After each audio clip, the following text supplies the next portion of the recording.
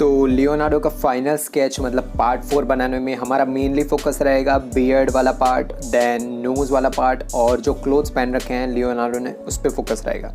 तो अगर आपने पहले 3 पार्ट नहीं देखा, जैसे जिसमें हमने आउटलाइंस बना रखी थी, शेड्स कैसे करते हैं ये सब बना रखा था, तो वो आप जाके चैनल पर चेकआउट कर सकते हो।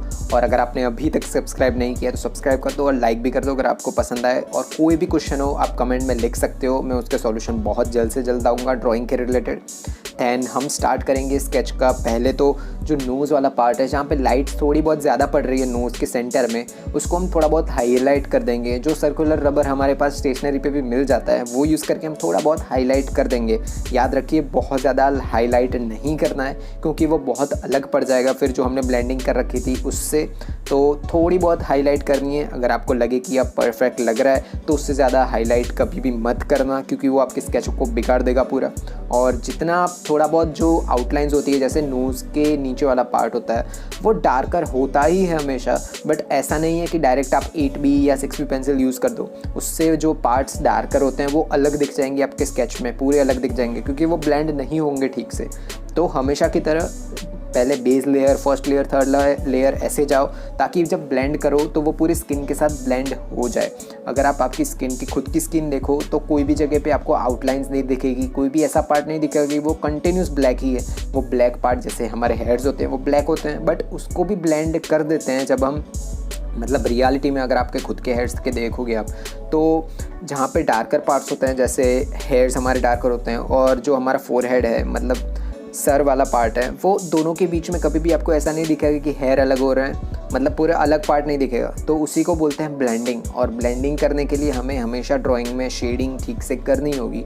शेडिंग बहुत सारी अलग अलग टाइप्स की होती है, बट मेनली सबका पर्पज़ यही होता है कि जो मेन बेस लेयर या फर्स्ट लेयर या थर्ड लेयर जो भी बना रहे हैं उससे हम मतलब शेडिंग से हम डिफरेंट टाइप ऑफ टोन्स दे पाए। और टोन से मेरा मतलब ये है कि एकदम लाइटर कलर भी दे पाओ आप, और मिड टोन मतलब थोड़ा बहुत डार्क भी लेयर दे पाओ, और एकदम डार्क भी बनाना है तो सारा हम बना सकते हैं सिर्फ शेडिंग से। शेडिंग के अलावा आप कोई भी टेक्निक या कुछ भी यूज़ कर रहे हो जो आपको ईजी पड़ रही है तो उससे भी आप बना सकते हो, बट मैं रिकमेंड करूँगा शेडिंग बहुत अच्छी टेक्निक है। हमेशा आपको इसी पे फोकस करना पड़ेगा। अगर ग्रेफाइट या चारकोल पेंसिल यूज़ कर रहे हो आप स्केचेस बनाने के लिए, तो अगर पेंसिल ड्राइंग्स मतलब जो कलर पेंसिल ड्राइंग्स होती है उससे आप स्केचेस बना रहे हो तो वो पूरी टेक्निक ही अलग हो जाती है, बट उसका भी बेसिक तो शेडिंग ही है। तो ये सब चीज़ों पे आपको ध्यान रखना पड़ेगा जब भी स्केचेस बना रहे हो। और अब हमारा फोकस रहेगा लिप्स वाला पार्ट बनाने में। तो आप अगर खुद के अपर लिप देखो तो उसमें भी 2 डिफरेंस पड़ जाएंगे। अपर लिप में भी अपर लिप के ऊपर वाला पार्ट और नीचे वाला पार्ट। तो कभी भी पूरे लिप को आप कंटिन्यूस शेड मत करो। पहले बेस लेयर तो हमेशा की तरह आपको बना ही देनी है, बट ऊपर वाला पार्ट बनाओ और नीचे वाला पार्ट बनाओ। सेंटर वाला पार्ट छोड़ दो क्योंकि आप जब भी बेस लेयर तो बना ही चुके हैं हम, तो वो तो कंटिन्यूस दिखने ही वाला है। उसको भी ब्लेंड करने के लिए आप टिश्यू यूज़ करते हो, बट अगर ये छोटा पार्ट्स है जैसे लिप्स वाला बहुत छोटे पार्ट्स होते हैं उसमें बहुत सारी डिटेल्स देनी पड़ती है, तो उसके लिए आप जो सबसे छोटा वाला ब्लेंडिंग स्टम्प होता है उसको यूज़ कर सकते हो, जिससे कि आप छोटी छोटी जगहों पे भी ब्लेंडिंग ठीक से कर सको। बट याद रखिए वो ब्लेंडिंग स्टम्प को भी आपको साफ़ करते रहना पड़ेगा।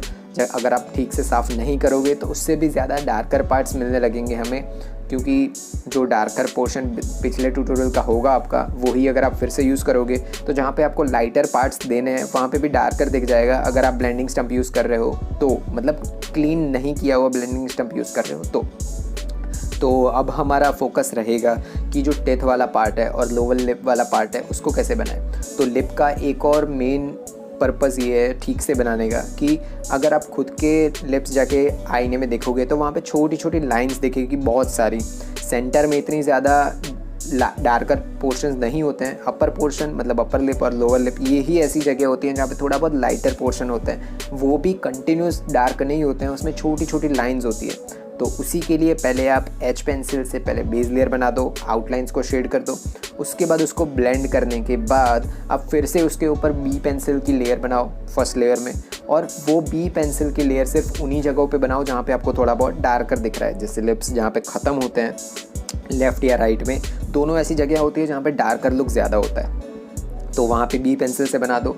उसके बाद फिर से आप यूज़ करो पेंसिल से स्ट्रेट लाइन छोटी छोटी बना दो जहाँ पे भी आपको दिख रही है वहाँ पे, और उसके बाद फिर से उसको ब्लेंड करने के बाद यूज़ करो मोनो इरेज़र। मोनो इरेज़र से होगा ये कि जो छोटे छोटे पार्ट्स जहाँ पे हाइलाइट्स बहुत छोटी माइनर थी वो भी आपको दिखने लगेगी और आपका लिप्स जो बना रहे हो वो बहुत अच्छा दिखेगा। इसके बाद जो बहुत सारे पोर्शंस मतलब बहुत सारे पोर्ट्रेट्स मैंने बना रखे हैं, बट मोस्ट ऑफ पोर्ट्रेट्स में होता ही है कि उसमें टिथ नहीं दिख रहे होते हैं क्योंकि फ़ोटोशूट वाले ही होते हैं। अगर हम कॉमन हमारे कोई भी पिक्चर्स देखें तो उसमें तो टिथ होते ही हैं, बट मोस्ट ऑफ सेलिब्रिटीज़ ऐसे हम जब भी फ़ोटोज़ देख रहे होते हैं तो वो जब स्माइल कर रहे होते हैं तो most of the time teeth नहीं दिख रहे होते हैं, बट ये पर्टिकुलर पोर्ट्रेट में टिथ दिख रहे हैं। तो उसको बनाने का भी एक रियलिस्टिक तरीका है, रियलिस्टिक में कैसे बनाए वैसे। तो जो डस्ट जब भी हम शेड करते हैं तो उसके ऊपर थोड़ा बहुत डस्ट रह जाता है और उसको कितना भी ब्लेंड कर दो वो थोड़ा बहुत डस्ट रह ही जाता है। तो जो हमने एच पेंसिल से शेड कर रखे थे पहले, उसी शेड को लेके आप टिथ जो हमने आउटलाइंस बना रखी है बहुत माइनर, उसके ऊपर पहले आप मेकअप ब्रश से ब्लेंड कर दो। और उसके बाद होता क्या है कि जो दो टीथ के बीच की जगह होती है ना, तो बहुत ज़्यादा लोग ये गलती कर बैठते हैं कि वो पूरी एक स्ट्रेट लाइन बना देते हैं और उससे होता ये है कि जो टिथ दोनों अलग दिखने की बजाय वो ड्राइंग टाइप लुक देना शुरू कर देते हैं। और मैं ये बताना चाहूँगा कि मतलब टिथ के ऊपर वाला पार्ट है उसको आप ब्लेंड करो, मतलब उसको थोड़ा बहुत शेड करो, और दोनों टीथ के बीच वाला पार्ट है उसमें सबसे सेंटर वाला पार्ट है उसको छोड़ दो, या फिर आप जो भी पेंसिल आपकी एच पेंसिल है जैसे कि सबसे लाइट होती है उससे लाइन बनाओ। तो उससे होगा कि टिथ अलग नहीं दिख जाएंगे लिप्स और सारे पार्ट्स से, क्योंकि ये होता है कि पूरा स्केच आपका जो भी है वो कंटिन्यूस दिखना चाहिए। ऐसा नहीं होना चाहिए कि कहीं पे आउटलाइन ज़्यादा दिख रही है, कहाँ पे शेडिंग ज़्यादा दिख रही है, ये नहीं होना चाहिए, कंटिन्यूस दिखना चाहिए। और जैसे पोर्ट्रेट आप यूज़ कर रहे हो वैसा का वैसा ही दिखना चाहिए, यही पर्पज़ है रियलिस्टिक स्केच का। तो अगेन हम बैक जाते हैं, पूरा स्ट्रेट जो भी फर्स्ट लेयर हमने फोरहेड में सेकंड पार्ट में बनाई थी सेम थिंग यूज़ होगी। जो हमारा चिन वाला पार्ट है, मतलब जो जहाँ पे बियर्ड्स होती है मैन की, वहाँ पे जो पार्ट है वहीं पे भी सेम एच पेंसिल से हमें यूज़ करके पहले बेस लेयर बना दे दी है। क्योंकि मैं हमेशा जो भी हेयर्स होते हैं और ये सब चीज़ों में मैं हमेशा यूज़ करता हूँ चारकोल पेंसिल, बट जो बियर्ड और हेयर्स जो लियोनार्डो के हैं वो ब्राउनिश टाइप है, तो उसको लुक देने के लिए पहले हमेशा की तरह मैंने बेस लेयर के लिए यूज़ किया है एच पेंसिल, उसको शेड कर दिया। उसकी जो आउटलाइंस मैंने फर्स्ट पार्ट में बना रखी थी उसको मैंने फिर से उसके ऊपर आउटलाइंस पे शेड कर दिया ताकि मैं भूल ना जाऊँ कहाँ पे आउटलाइंस है। उसके बाद शेड करने के बाद उसको ब्लेंड कर दिया, और ब्लेंड करने के बाद अगेन बी पेंसिल से मैंने जो जो डार्कर पार्ट्स थे वहाँ पे बना दिया। और फाइनली मैं अब बनाऊँगा उसके ऊपर बियर्ड। और बियर्ड बनाने के लिए पहले जो बहुत सारे लोग गलती कर बैठते हैं कि जो मैकेनिकल पेंसिल होती है उससे ही डायरेक्ट बियर्ड बनाना शुरू कर देते हैं, बट मैं रिकमेंड करूँगा कि बियर्ड बहुत छोटे छोटे हेयर्स होते हैं, जैसे मॉस्टेच वाला हेयर्स होते हैं, बियर्ड हेयर्स होते हैं, और जो कंटिन्यू कोई भी टाइप के हेयर्स बना रहे हो आप वो बहुत ज़्यादा छोटे छोटे होते हैं। और बियर्ड का पार्ट देखो तो बहुत छोटा है, तो उसके ऊपर अगर आपको डिटेल्स देनी है तो जब आप पहले ही लेयर के लिए मैकेनिकल पेंसिल यूज़ कर दोगे और गलती से भी थोड़ा बहुत ज़्यादा प्रेशर अप्लाई हो गया कोई भी जगह पे, तो वो एकदम अलग दिख जाएगा आपके स्केच में और वो बहुत वियर्ड दिखता है। तो उसी के लिए आप यूज़ करो 2B पेंसिल या 3B पेंसिल, उसको शार्प कर लो पूरा का पूरा। पेंसिल कैसे आर्टिस्टिक वे में शार्प करते हैं उसका ट्यूटोरियल मैंने अपलोड कर ही रखा है, आप जाके चेकआउट कर सकते हो। तो उसके बाद उसको पहले छोटे छोटे हेयर्स बना दो 2B पेंसिल से।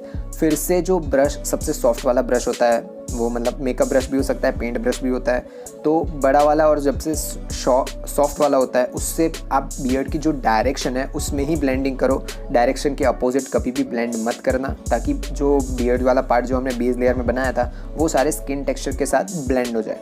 उसके बाद जो डार्कर बियर्ड दिख रही है, जैसे कि सीधा चिन के नीचे वाला पार्ट है वहाँ पे बियर्ड बहुत ज़्यादा डार्क दिख रही है, तो उसके लिए आप 5B या 4B पेंसिल उसको भी शार्प कर लो और उसके बाद आप यूज़ कर सकते हो वो सिर्फ डार्कर पार्ट्स के लिए।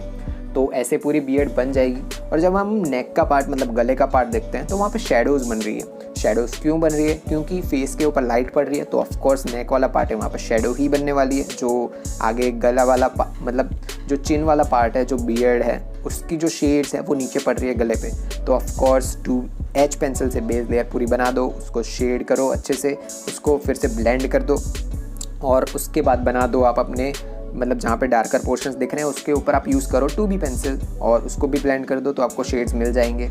और जो क्लोथ्स पहन रखे हैं लियोनार्डो ने, और उसके लिए हम यूज़ करेंगे चारकोल पेंसिल या चारकोल स्टिक भी यूज़ कर सकते हो, बड़ा पोर्शन है तो, और उसको ब्लेंड कर दो आप ब्लेंडिंग स्टम्प से, तो आपका स्केच तैयार हो जाएगा। कोई भी क्वेश्चन हो आप लिख सकते हो ट्यूटोरियल में, मतलब जो कमेंट्स में उसमें, और दूसरी चैनल है श्वेत। तो आज के ट्यूटोरियल के लिए बस इतना ही। अगर आपने इस ट्यूटोरियल से कुछ ना कुछ सीखा है तो सब्सक्राइब कर दो और लाइक कर दो। अगर आपको कोई भी क्वेश्चन और क्वेरीज हो इस ट्यूटोरियल के रिगार्डिंग तो कमेंट में लिख दो। तब तक के लिए ध्यान रखो खुद का और जिनसे प्यार करते हो उनका भी। आपका चित्रकारिक दिन हो। टट्टूज।